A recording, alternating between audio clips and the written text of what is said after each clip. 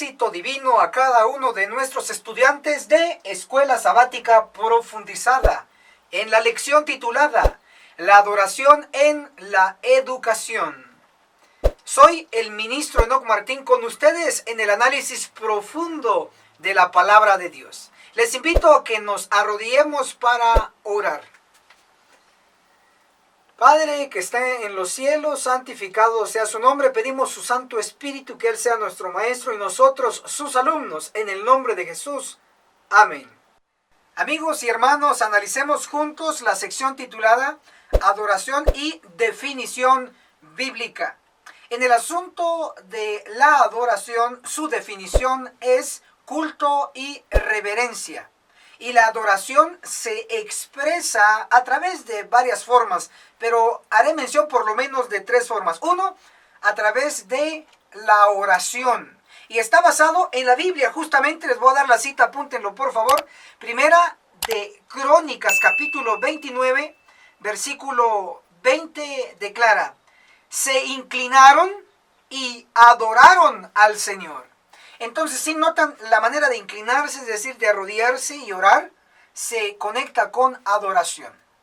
Ahora, es interesante que en el Antiguo Testamento, en Daniel capítulo 6, versículo 10, declara así la Biblia: 3 veces se arrodillaba y oraba. Si ven, entonces, la manera de adorar es una a través de la oración, pero de rodillas. Y Daniel lo describió bien en su vida en el Antiguo Testamento. Pero ahora, ¿qué pasa con el Nuevo Testamento? Podemos dar esta siguiente cita, la vamos a leer. Y está en Lucas capítulo 22, versículo 41, hablando de Cristo. Puesto de rodillas, oró. Entonces, es definitivo que la verdadera adoración, que incluye la oración, debe ser en la medida posible de rodillas. Antiguo y Nuevo Testamento lo corroboran. Excelente. Ahora, ¿por qué entonces varios en la iglesia, inclusive en sus casas y en otros lugares, oran de pie? Entonces vamos a leer lo que dice el Espíritu de Profecía en Mensajes Selectos, tomo 2, el capítulo 32, la actitud de vida en la oración. Página 359, leemos así: ¿de dónde han sacado nuestros hermanos la idea de que deben permanecer de pie mientras oran a Dios? Es la pregunta de la inspiración. Luego dice: arrodíllese. Esta es siempre la posición correcta. Entonces, la verdadera adoración incluye oración de rodillas. Punto. Ahora, también otra manera de expresar la adoración es a través de la alabanza.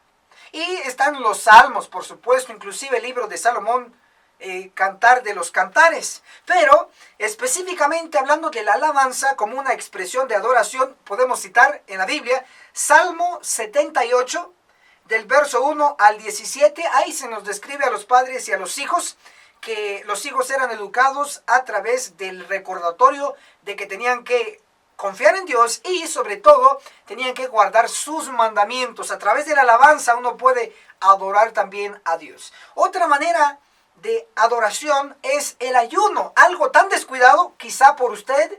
En mi caso, pues estamos promoviendo siempre un ayuno, y ahora les voy a hacer mención, pero antes quiero dejar la evidencia que la adoración incluye ayuno. Ahora veamos lo que dice la Biblia. ¿Qué les parece aquí? En Nehemías capítulo 9, el versículo 1. El 24 del mismo mes se juntaron los israelitas en ayuno, subraye ayuno. Luego, Nehemías 9, el versículo 3, la última parte, declara así: y adoraron al Señor su Dios. Si notan, se reunió el pueblo de Israel en ayuno y dice que a través del ayuno adoraron. Entonces, en el Antiguo Testamento se describe que ayuno involucra adoración. Es adoración también. Ahora, Lucas, en el Nuevo Testamento, capítulo 2, el versículo 37, nos declara así: y ahora era viuda de 84 años, y no se apartaba del templo, lugar de adoración, donde servía noche y día con, escuchemos, ayuno y oración. Entonces, servir a Dios en el templo, en el santuario, en la iglesia, involucra también ayuno. Entonces, algo que hemos descuidado como pueblo, como creyentes de la verdad presente, hemos descuidado una forma de expresión de adoración, es ayuno. Por eso, como servidor de Dios, como siervo, ministro del Evangelio, estoy promoviendo desde Guatemala para el resto del mundo, Latinoamérica y los que puedan escuchar, un ayuno cada martes de cada semana ayunamos, y el último martes de cada mes ayunamos 3 días, martes, miércoles y jueves. Pero cada martes de cada semana, de seguro, en el nombre de Jesús, hay ayuno. Ya venimos con 3 años de experiencia. No solo Guatemala, no solo su servidor, sino un equipo selecto y muy activo alrededor del mundo. Súmese cada martes y juntos adoremos a través del ayuno. Amén. Amigos y hermanos, analicemos juntos la sección titulada Doble adoración en todas las edades. Va a estar basado este análisis en Génesis y el resto de la Biblia, pero centrémonos ahora en Génesis capítulo 4, donde está la pareja de hermanos Caín y Abel. Muy conocido, por cierto, pero debo resaltar algo. Caín, que fue el primogénito, representa la adoración falsa, y Abel, el segundo, representa la adoración verdadera. ¿Dónde lo podemos encontrar? En Génesis capítulo 4. Ahora, también tenemos en el correr del tiempo, seguidamente se describieron 2 tipos de personas: hijos de Dios e hijos de los hombres. Los hijos de Dios, la verdadera adoración. Los hijos de los hombres, la falsa adoración. Y eso está descrito en Génesis capítulo 6. Léalo en su tiempo libre. Luego también en Génesis capítulo, ahora, el 25, nos menciona a otra pareja de hermanos. En este caso, Esaú y Jacob. Esaú representa la falsa adoración. Jacob representa la verdadera adoración. Entonces es muy, pero muy importante que analicemos esto a nivel profundo. ¿Por qué? Porque si lo comprendemos, de esto va a depender nuestra salvación o nuestra perdición. Porque sabemos que la verdadera adoración es aprobada por Dios. Y la falsa, por supuesto, nunca, jamás será aprobada por el Altísimo. Entonces, Génesis capítulo 25, el versículo 22 declara así proféticamente: y los hijos se combatían dentro de ella, y dijo, si es así, ¿para qué servir? Y fue a consultar al Señor. Ahora viene una interpretación. Génesis 25, el versículo 23 declara: y el Señor respondió, 2 naciones hay en tu seno, y 2 pueblos, subrayemos 2 pueblos, serán divididos desde tus entrañas. Es interesante ver que en profecía una mujer representa una iglesia. Aquí tenemos a una mujer que tenía en su vientre a 2 personajes. Y dice la interpretación profética que representa a 2 pueblos. Ahora veamos estos 2 pueblos, ¿dónde se encuentran? Leamos lo que dice el espíritu de profecía en Testimonios para los Ministros, libro de Elena G. de White, en el capítulo La Iglesia Viva, página 46, nos declara así: hay 2 influencias opositoras que se ejercen continuamente sobre los miembros de la iglesia. La mujer, la iglesia. Una influencia trabaja para la purificación de la iglesia, y la otra, escuchemos, y la otra para la corrupción del pueblo de Dios. ¿Estamos sorprendidos? Claro que sí. Entonces hay 2 tipos de personas. Cristo mismo lo sabía. En Mateo capítulo 13 describió lo que es el trigo, la verdadera adoración, y la cizaña, la falsa adoración. Pero hoy, Elena G. de White, profetisa de la Iglesia Adventista del Séptimo Día, nos afirma que hay 2 influencias, 2 tipos de personas dentro de la misma iglesia. Unos trabajando para la purificación de la iglesia, ahí me ubico yo como su servidor, como servidor de Dios y de ustedes. Y por el otro lado está el otro grupo que trabaja para la corrupción del pueblo de Dios. Ahí sí no, ahí no quiero estar. Espero que usted esté del lado correcto, del lado aprobado por Dios en la verdadera adoración. Si notan entonces, la doble adoración, verdadera y falsa, se ha repetido en todas las edades. Y así será hasta el fin del mundo. Que el cielo los bendiga y puedan estar junto conmigo en la verdadera adoración. Escriban en los comentarios, verdadera adoración, nos sumamos. Amén. Amigos y hermanos, analicemos ahora la sección titulada Adoración, el sábado y el santuario. Debo decirles así directamente y llanamente, desde el principio, que el sábado es el símbolo, es el mandamiento representante, en este caso, de la santa ley de Dios. La ley nos indica a no pecar, no pequemos. Y por el otro lado tenemos el santuario. El santuario se convierte en un símbolo de la solución, el remedio al pecado. Entonces la ley nos dice no pequen, porque de lo contrario muerte. Y el santuario nos dice, si pecaste hay un remedio, hay una solución, el plan de redención. ¡Qué maravilloso! Entonces, veamos y descubramos juntos estos detalles. En cuanto al sábado, lo encontramos en Génesis capítulo 2, el versículo 3 declara, y Dios bendijo el séptimo día y lo santificó porque en él reposó de toda la obra que había hecho en la creación. Entonces, en definitiva, Génesis capítulo 2, versículo 3 habla del sábado. El sábado es símbolo de la creación de Dios. O sea, nos recuerda que Dios es creador de todas las cosas. Por eso guardamos el sábado. Pero el asunto del santuario desde el Génesis, ahora veámoslo. Génesis capítulo 4, del verso 1 al verso 5, encontramos a Caín y Abel. Estos dos personajes, inclusive hermanos, uno mayor y el otro menor, trajeron lo que Dios había pedido en adoración. Pero cuando digo trajeron es porque algo trajeron los dos, pero uno fue aprobado por Dios y el otro no fue aprobado por Dios. Por ejemplo, Génesis 4, el versículo 3. Andando el tiempo, Caín trajo del fruto de la tierra una ofrenda al Señor. Fruto de la tierra no era lo que Dios había pedido, pero sí trajo algo, dirá alguno. Claro, trajo algo, pero incorrecto, falsa adoración. Ahora, ¿qué había pedido Dios? Génesis 4, versículo 4, a su vez Abel trajo de los primerizos de sus ovejas.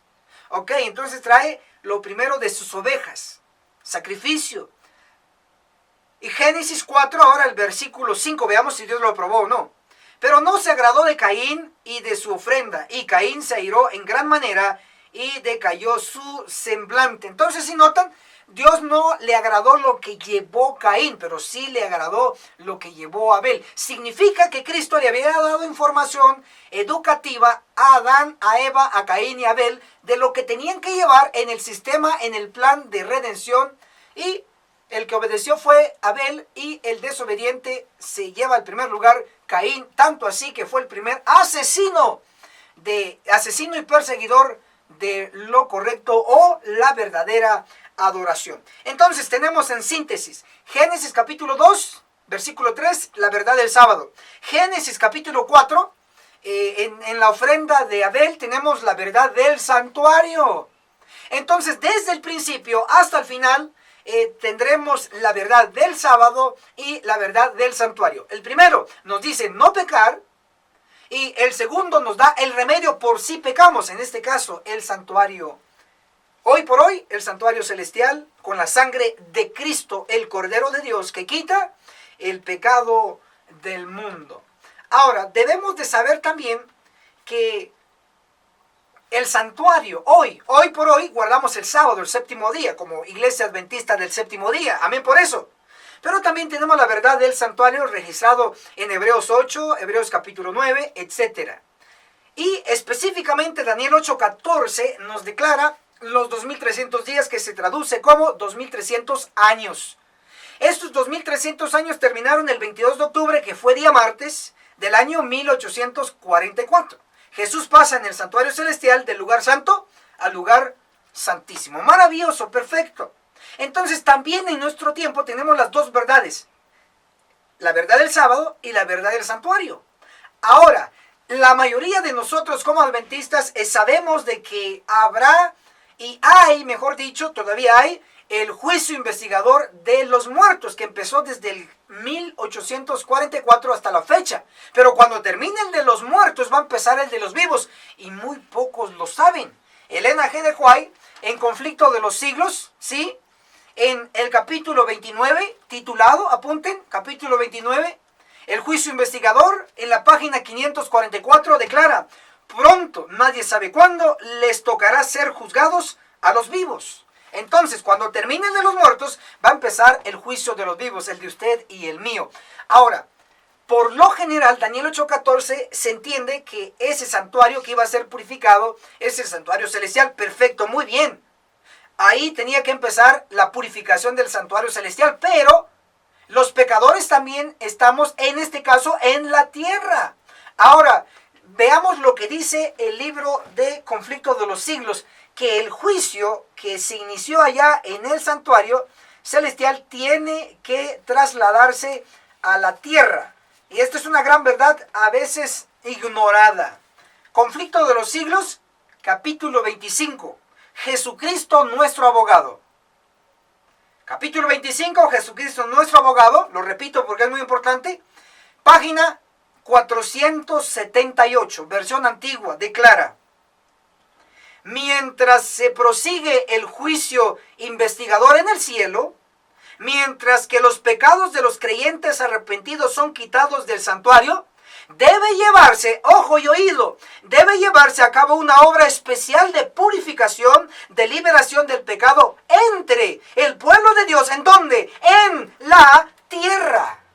Entonces, la purificación del santuario celestial es cierto, verdadero. Empezó con el juicio investigador de los muertos, pero cuando termine el de los muertos, como dice Elena de White, empezará el juicio de los vivos. ¿Y en dónde? En la tierra, aquí, en este globo terráqueo, con usted y conmigo. Y entonces se cumplirá a su perfección la destrucción registrada en Ezequiel capítulo 9. Investigue, lea, estudie. Ahora todavía hay tiempo para salvarse usted y toda su querida familia. Amén. Amigos y hermanos, analicemos juntos la sección titulada Adoración a los demonios. De una vez les digo así de entrada que ponga mucha atención a esta sección, a no ser que se encuentre adorando a los demonios y tal vez no lo sabe. Pero aquí en el nombre de Jesús, estudiémoslo.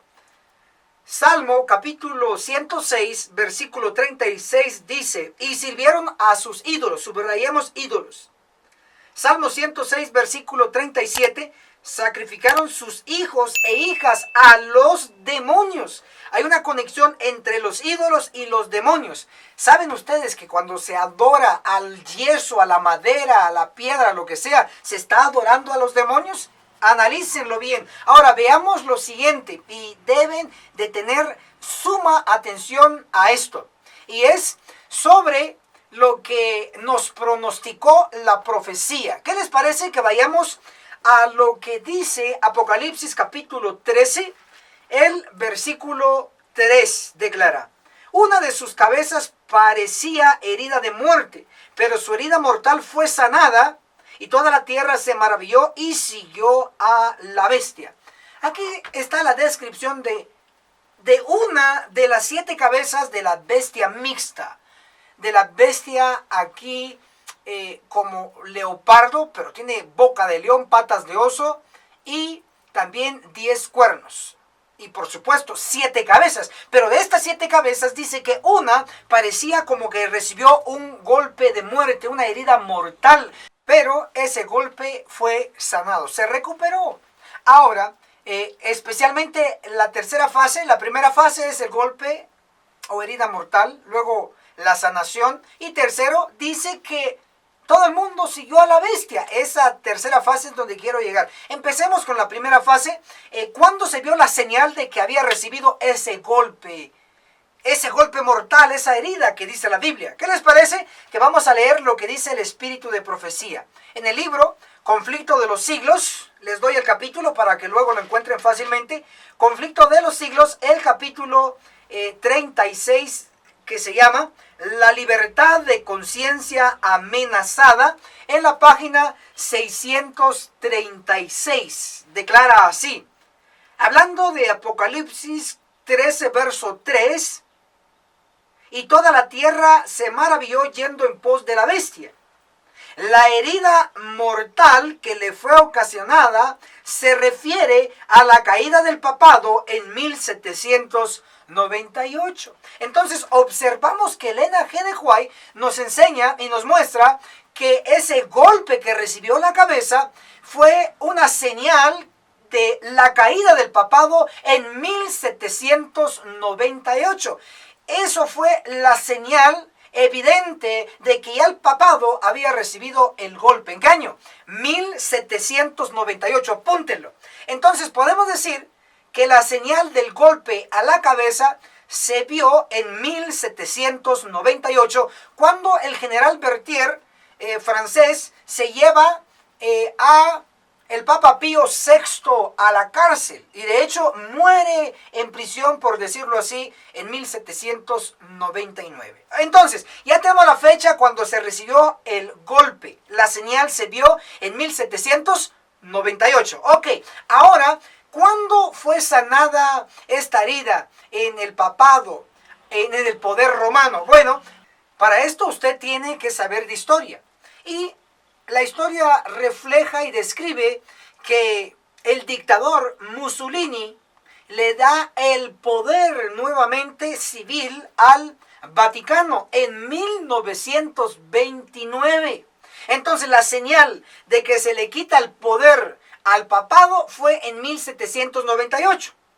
Ahora, la señal de que se le regresa el poder al papado fue en 1929, cuando el dictador Mussolini le da poder al papado y se inicia lo que hoy conocemos como el Vaticano, comandado por el papado. Entonces ya tenemos la señal de la herida o el golpe mortal, 1798. La señal de que esa herida ya había sido sanada, 1929, cuando se reinicia o funda lo que hoy conocemos como el Vaticano con el papado.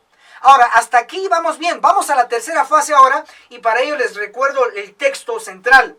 Apocalipsis 13, versículo 3, la última parte, dice: y toda la tierra se maravilló y siguió a la bestia. Claro, en el mismo verso ya nos habían dicho que se recibe la herida mortal. Ya dijimos, 1798 se vio la señal y fue sanada esa herida mortal. La señal se vio en 1929 cuando surge el papado, pero concluye Apocalipsis 13, verso 3, y toda la tierra se maravilló y siguió a la bestia. Si observan, no dice que toda la tierra siguió a la cabeza herida, no dice que toda la tierra siguió a la cabeza que había sido sanada. No está hablando de que siguieron al Vaticano, siguieron al papado, sino que está hablando que toda la tierra siguió a la bestia, es decir, siguió las costumbres del mundo, toda la mundanalidad, toda la tierra. Ahora, es interesante lo que se nos comenta en el espíritu de profecía. Apunten por favor estas citas vitales: Testimonios para la Iglesia, el tomo 6, en la página 24. Nuevamente, Testimonios para la Iglesia, el tomo 6, página 24, declara así: en las visiones de las cosas venideras, el profeta Juan contempló esta escena. Le fue revelada esta adoración del demonio. Nuestro tema, adoración. Adoración del demonio.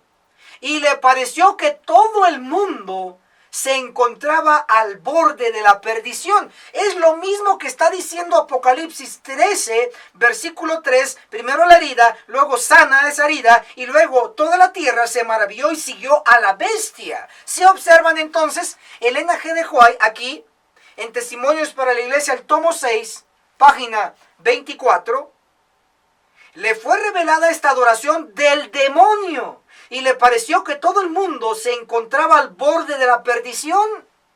Cuando dice todo, toda la tierra, todo el mundo, lo involucra a usted y a mí. De una u otra manera hemos estado infectados con la mundanalidad. Tal vez en la música, tal vez en las películas, tal vez en la ideología, tal vez en las prácticas, cómo nos vestimos, etcétera, etcétera. Todos, usted y yo estamos infectados del mundo. Porque tanto Juan en Apocalipsis 13:3 y Elena de White en Testimonios para la Iglesia, tomo 6, página, como ya les dije, la 24, están diciendo lo mismo. Ahora, no podemos negar eso.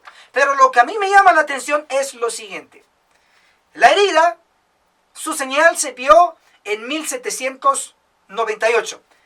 Que sanó esa herida, la señal se vio 1929. Después de que sanó la herida, entonces todos nos contaminamos y nos vamos rumbo a la mundanalidad. Todos es todos. Pero es interesante, Apocalipsis 13, versículo 4, después de que sana la cabeza, sana la herida, Apocalipsis 13, 4 dice, y adoraron al dragón. Interesante la frase, y adoraron al dragón. Apocalipsis 12, versículo 9, dice que el dragón es Satanás, es el diablo. Entonces, si Apocalipsis 13, 4 dice, y adoraron al dragón, ¿qué significa? Que adoraron a Satanás, ¿pero cuándo? No antes de que se dio la herida, no antes de que sanó la herida, sino después de que sanó la herida. ¿Y cuándo sanó la herida? Se vio la señal en 1929. Significa entonces que la adoración ya descarada y abierta hacia el dragón, hacia Satanás, tenía que ser después de 1929, después de que se vio la señal de que la cabeza había sido sanada. Ahora, ¿qué encontramos después de 1929? Agárrese y asústese si quiere, porque le voy a dar esta cita. Testimonios para la Iglesia, el tomo 6, página 24, la obra para este tiempo, se titula. Le fue revelada esta adoración del demonio, ojo, del demonio, de Satanás, del dragón, y le pareció que todo el mundo se encontraba al borde de la perdición. Pero mientras miraba con profundo interés, contempló el pueblo que guarda los mandamientos de Dios. ¡Qué maravilloso! Ahí me voy a detener.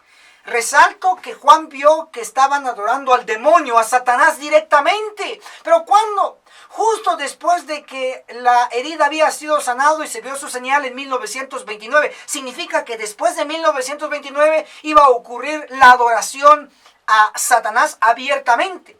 Y asústese, personalmente, como familia, asústense. ¿Por qué? Pero eso para despertar, asustarse para despertar. Porque en 1966 surgió la iglesia satánica. Justo en ese año, declaradamente, iglesia, así como escucha directamente, iglesia satánica, iglesia de Satanás, donde se adora, pues obvio, a Satanás, a los demonios. O sea, es interesante, 1798, el golpe, la señal. 1929, ese golpe sanó. Surge el Vaticano, surge el papado con poder civil y religioso otra vez. Pero después de eso, según la profecía, Apocalipsis 13, 3 y 4, dice que después de eso se iba a adorar al dragón, es decir, a Satanás. Justo después de 1929, en 1966, surge la iglesia satánica. Hoy por hoy, vivimos en tiempo donde existe esta iglesia satánica. Pero lo que me alienta es Testimonios para la Iglesia, el tomo 6, página 24. Le fue revelada esta adoración del demonio. Pero mientras miraba con profundo interés, contempló el pueblo que guarda los mandamientos de Dios. Todos tenían sobre la frente el sello del Dios vivo. ¿Qué pueblo vio? Es cierto, Juan vio casi todo el mundo perdido, todos contaminados por el mundo, pero vio también a un pueblo que guarda los mandamientos de Dios. Apocalipsis 12, 17. El pueblo que guarda los mandamientos de Dios, la verdadera adoración. Apocalipsis 14, 12. Los santos que guardan los mandamientos de Dios. Juan sí vio casi todo el mundo perdido, pero vio también a un remanente, a un pueblo, a un número que guarda los mandamientos de Dios. Y dice, todos tenían sobre la frente el sello del Dios vivo. ¿Quiénes son los sellados? Apocalipsis 7, versículo 3, les llama siervos de Dios. Apocalipsis 7, verso 4, dice el número de estos siervos, de estos sellados. Y hoy el número de los sellados, 144,000. ¡Wow! Impresionante. Hoy debe y tiene que existir un pequeño remanente, un remanente numerado, 144,000, que guardadores de los mandamientos, incluyendo el sábado. Por ende, deben de ser adventistas del séptimo día, del Israel moderno. No todo está perdido. Existe el Israel moderno, pero no todos van a ser sellados. No todos los millones, solo, como dice Juan, 144,000. Esfuércese con todo el poder para estar en ese número y juntos nos veremos en la cumbre del monte Sión. Amén. Amigos y hermanos, analicemos juntos la sección titulada Adoración Laodicense. Y se estarán preguntando, ¿y de dónde viene el término laodicense? De la Laodicea. Es la séptima iglesia de las 7 en Apocalipsis 2 y Apocalipsis capítulo 3. Vamos a ir al punto. ¿Qué les parece? Apocalipsis capítulo 3 del verso 14 al 22 habla de la séptima iglesia, Laodicea. ¿Cuál es la condición para ver cuál es su adoración? Porque es la adoración de Laodicea. Entonces, Apocalipsis 3, vamos a leer el versículo 15. Conozco tus obras, que ni eres frío ni caliente. Ok. No tiene esa condición. Apocalipsis 3, el versículo 16, ahí está la condición. Porque eres tibio, ahí dejémoslo. Entonces la condición de la iglesia de la Odisea es tibia. Ni caliente, ni frío. Tibio. Y lo tibio a Dios le produce náusea, ganas de vomitar al liderazgo y al pueblo, sus seguidores. Veamos qué dice aquí. Apocalipsis capítulo 3, el versículo 16, porque eres tibio, ni frío ni caliente, estoy por vomitarte de mi boca. Eso se llama purificación. Va a sacar lo que no es bueno, lo va a vomitar. Luego, podemos ver que la situación es decadente de la iglesia de la Odisea. Ahora, entonces es muy importante identificar quién es esta iglesia. Primero, la primera clave es que es la última. Debe de existir en el tiempo del fin, ahora, nuestro tiempo. Veamos qué dice Elena G. de White. Joya de los Testimonios, el tomo 1, en la página 327. Apunte el capítulo, por favor, para que lo encuentre. La iglesia de la Odisea. Joya de los Testimonios, tomo 1, capítulo, la iglesia de la Odisea. Página 327 declara así. El mensaje a la iglesia de la Odisea es una denuncia sorprendente y se aplica al actual pueblo de Dios. No queda duda, entonces, que la Odisea aplica a la bendita iglesia adventista del séptimo día, nuestra iglesia. Entonces no se ofenda si Cristo le dice la verdad a usted y a mí. No nos ofendamos. Estamos tibios, damos ganas de vomitar a Dios. Nuestra condición, nuestro tipo de adoración. Es la realidad, es la realidad. Ahora, debe haber un cambio entonces. Debo de mencionarles que Cristo mismo, es cierto, en la iglesia hablamos mucho de Cristo, que Jesús es amor, que tanto de Jesús y Jesús, evangelistas famosos que hablan solo de Jesús. Pero, ¿realmente Cristo está en la iglesia o está fuera? Veamos qué dice la profecía. No me crea a mí, no le crea a ningún pastor ni evangelista. Créale a la palabra de Dios. Vayamos todos a la Biblia. Apocalipsis capítulo 3, el versículo 18, hablando de la iglesia de la Odisea, dice... Apocalipsis 3, sí, Apocalipsis 3, voy a saltarme mejor, en lugar del 18, voy a leer el 20. Apocalipsis 3, verso 20 dice, yo estoy a la puerta. ¿Quién es el yo? Es Cristo. Yo estoy a la puerta y llamo. Si alguno oye mi voz y abre la puerta, entraré a su casa y cenaré con él y él conmigo. ¿Dónde está Cristo? Dice que él está a la puerta ¿de quién? De la Odisea. ¿Qué está haciendo? A la puerta, tocando. Si alguno oye mi voz, entonces él está afuera y él quiere entrar. Si alguno de allá adentro, de la iglesia adventista, oye mi voz, no todos, entonces solo algunos. Si alguno oye mi voz, entraré con él y cenaré con él y él conmigo. Si notan entonces que Cristo, simbólicamente hablando, no está dentro de la iglesia de la Odisea, de la iglesia adventista, sino que está afuera. Lo hemos sacado nosotros. Usted y yo lo sacamos, lo hemos corrido con nuestros pecados. Unos comiendo carne. Dios dijo, no más carne y seguimos comiendo carne. Otros con la vestimenta lo corremos a Dios. Otros llegamos a la iglesia con short. Otros mostrando las mujeres, mostrando los senos, las hermanas pintadas, minifalda, tacones y de todo. Lo hemos sacado a Cristo de la iglesia. Y Él está entonces, según Apocalipsis 3:14, en adelante, específicamente Apocalipsis 3:20, yo estoy a la puerta. Entonces no está adentro, está afuera, está tocando. ¿Cuándo va a entrar? Cuando usted acepte la verdad. Acuérdense que Cristo es la verdad. Dijo Jesús, mi palabra es verdad, mi palabra es verdad. Entonces, cuando usted rechaza a los mensajeros que van a reprender a la iglesia, están rechazando a Cristo. Cuando usted desfraterniza a un hijo de Dios por predicar la Biblia y el espíritu de profecía, usted está expulsando a Cristo. Y ahí es donde se cumple que Él, Cristo, está a la puerta, porque han sacado a los hijos de Dios, han expulsado, han rechazado cada mensaje de reprensión. Solo les gusta que Jesús te ama, que Jesús te ama, y Jesús te ama, y tanto eso que ahora estamos en pecado. ¿Y Cristo dónde está? Afuera. Una cita más para ir cerrando. Testimonios para la Iglesia, la página 173. Testimonios para la Iglesia, apúntenlo bien. Tomo 1. Testimonios para la Iglesia, el tomo 1. Página 173 declara así: cuando abandonen los pecados que Dios detesta, Jesús vendrá y cenará con ellos y ellos con Él.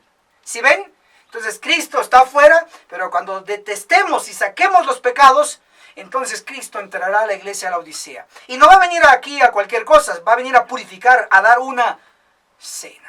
La iglesia adventista del séptimo día finalmente va a ser purificada. Y todos los que lo acepten van a cenar, van a recibir el último mensaje de advertencia, que es el juicio de los vivos. Bendiciones. Amigos y hermanos, analicemos una sección pero sumamente importante titulada Adoración a ídolos que hablan. Ministros y médicos. Va a estar basado en Zacarías capítulo 10, versículo 2, declara así: porque los ídolos hablan engaño. Interesante, usted estaba acostumbrado a escuchar de los ídolos que no hablan ni caminan, pero estos ídolos sí hablan y sí caminan. Qué raro, ¿eh? Ya sé a quién va a acusar usted, a qué iglesia ya quiere acusar de idolatría, pero usted y yo también tenemos ídolos, pero estos son peores. ¿Por qué? Porque hablan y caminan. Zacarías 10, versículo 2 declara: porque los ídolos hablan engaño. Entonces, sí hablan estos tipos de ídolos.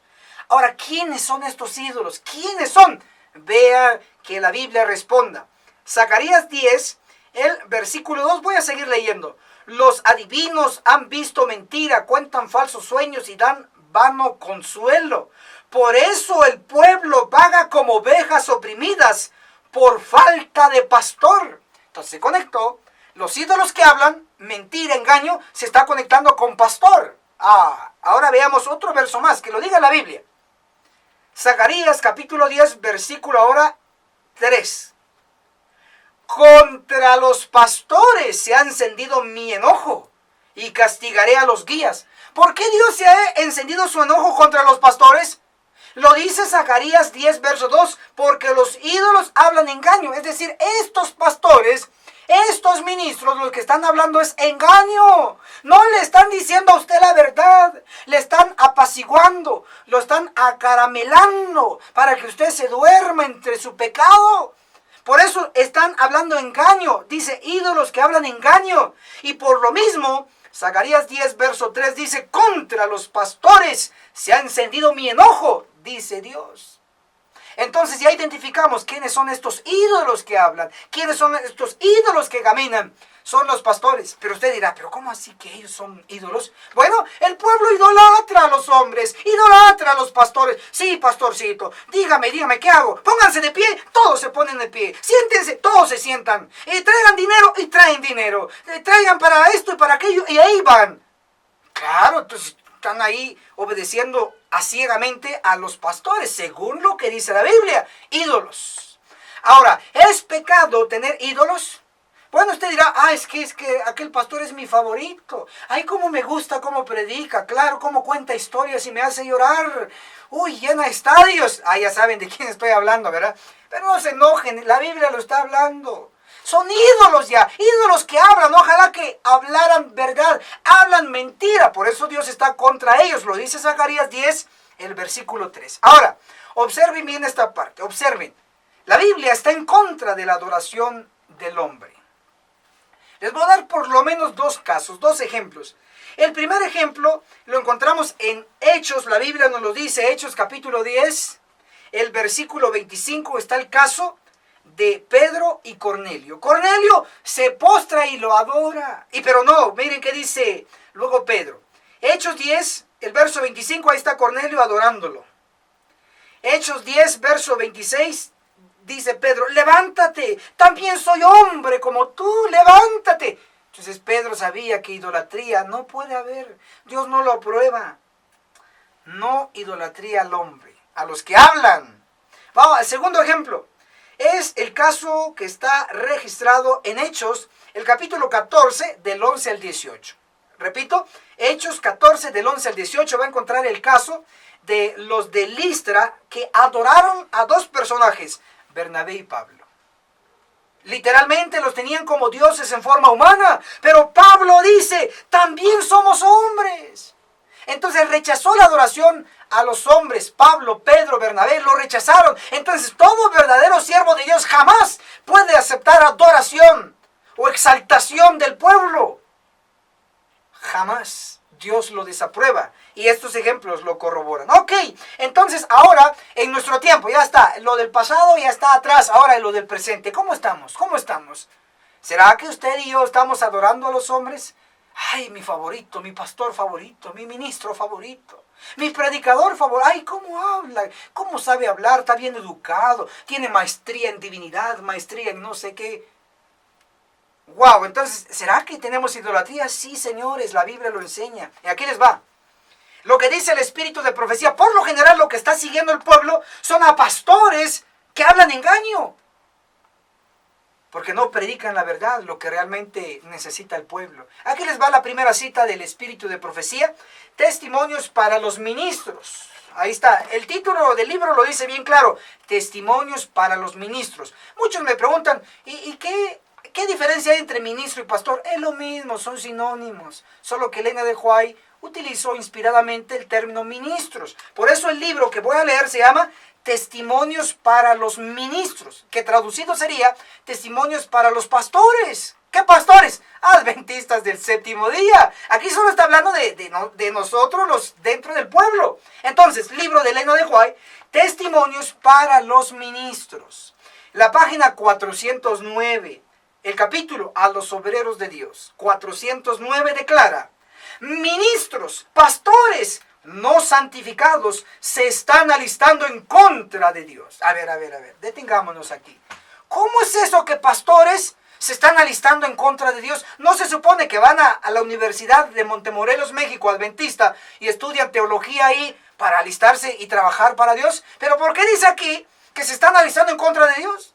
¿No es por eso que allá en la Universidad de Plata, en Sudamérica, en Argentina, Universidad Adventista, van a la Facultad de Teología varios miembros a estudiar teología y ser pastores? Se supone que van a estudiar para ayudar a Dios, para servir a Dios. Pero aquí Elena de White dice, testimonios para los ministros. UNADECA, se me estaba yendo. UNADECA, Centroamérica, en Costa Rica, la Universidad Adventista tiene la Facultad de Teología. ¿No se supone que van a estudiar allá para prepararse y servir a Dios? O miren qué dice Elena de White, la fundadora o cofundadora de la Iglesia Adventista del Séptimo Día. Testimonios para los ministros, página 409. No van a decir lo dijo el ministro Enoch Martín, no. Testimonios para los ministros, página 409. Elena G. de White. Ministros no santificados se están alistando en contra de Dios. Bueno, ¿a quién le va a creer? ¿Al hombre o al espíritu de profecía? Yo al espíritu de profecía. A todos los que se suman al espíritu de profecía, escriban ahí, Elena de White tenía razón, ministros se están preparando contra de Dios. Ahí en los comentarios, por favor. Atrévase a decir la verdad. Una segunda cita más de Elena G. de White. Testimonios para los ministros también. Apunten. La página 233. Testimonios para los ministros. Página 233 declara así. Los ministros, ¿quiénes? Los ministros aconsejarán al pueblo a no escucharlos. Noé recibió el mismo trato cuando el Espíritu de Dios lo impulsaba a dar el mensaje. Si comprendemos entonces que los ministros, los pastores van a aconsejar a no escuchar a los siervos de Dios. Si hay algún pastor, hermana, sí a usted, no vea para los lados. Usted hermana, usted hermano, el pastor le ha dicho, no escuchen a tal personaje, que él está predicando el error. No escuchen ese mensaje. No, tengan cuidado con aquel. Estos ministros, esos pastores, esos ancianos, aquí están. Testimonios para los ministros 2:33 dice, los ministros aconsejarán al pueblo a no escucharlos. Así que si ya le dijo su pastor que no escuche a estos mensajes y a estos mensajeros, entonces usted ya vio en su frente el cumplir, delante de usted ya vio cumpliéndose esa cita. Interesante. Ahora, le voy a dar una más, ¿qué le parece? 431, Testimonios para los ministros, página 431. Vean estos ministros que dice Elena de White. Testimonios para los ministros, página 431, declara así. Despierten los ministros, háganse cargo de la situación. La obra de juicio comienza en el santuario. ¿Cómo están los ministros? ¿Cómo están los pastores? Dormidos. ¿No lo dije yo? Aquí está. Ministro, ¿y qué página dijo? ¿Qué página? Aquí le va. Testimonios para los ministros, página 431, versión antigua. Despierten los ministros. Ahí lo dice. Y luego les declara, leed Ezequiel 9, del 2 al 7. ¡Wow! Dice entonces que los pastores deben leer Ezequiel 9. ¿Saben por qué? Porque el juicio va a empezar en la iglesia. El juicio de los vivos. Ezequiel 9, la destrucción, va a empezar en la iglesia realizada por los ángeles. Entonces los primeros que deben despertar son los pastores o los ministros. Entonces puedo concluir diciéndoles a ustedes que no debemos seguir ni idolatrar a los hombres, llámese pastores, evangelistas, etcétera, etcétera. Debemos exaltar a Cristo, nuestro máximo líder. Cristo, nuestro líder, porque solo Él es la verdad encarnada. Solo Él ha dado la vida por usted y por mí. Por lo tanto, Él merece total fidelidad. Que el cielo los bendiga poderosamente. Amén. Amigos y hermanos, analicemos juntos esta sección, pero vital, titulada La casa de adoración convertida en cueva de ladrones. ¡Guau! Este título está para asustar, porque es muy fuerte, pero así está en la Biblia. ¿Qué podemos hacer? Ahora les menciono que esta frase vino de Cristo mismo, de nuestro líder. Cristo encontró al pueblo judío, especialmente a su templo, en lugar de adoración. Encontró que se estaba comprando y se estaba vendiendo. El lugar sagrado solo para adoración al verdadero Dios, a Dios Padre. Cristo se indignó, tiró todo lo que vio a su paso en el templo. Eso se llama la purificación del templo. Pero voy a resaltar la frase que surgió de ese fervor, de ese celo de Cristo como Hijo de Dios, y que todo verdadero Hijo de Dios en el presente también debe de experimentar. Jesús dijo que no hicieran, lo voy a leer, les voy a dar la referencia.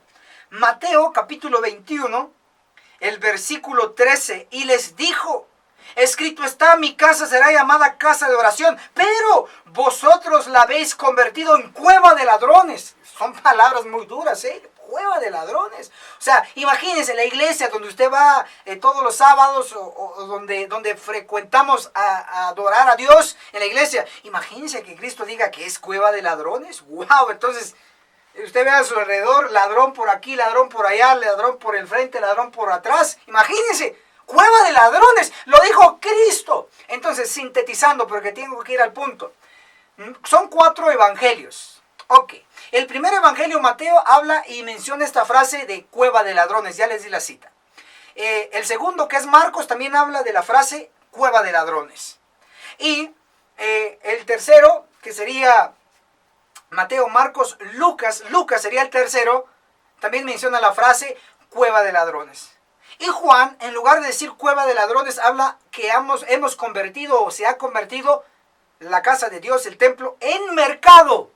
Entonces hay 3 evangelios por lo menos que dicen que la casa de Dios se ha convertido en cueva de ladrones. O sea, hay mucha evidencia para dar importancia a este tópico, a este tema. Ok, entonces, ¿qué les parece que les voy a presentar por lo menos?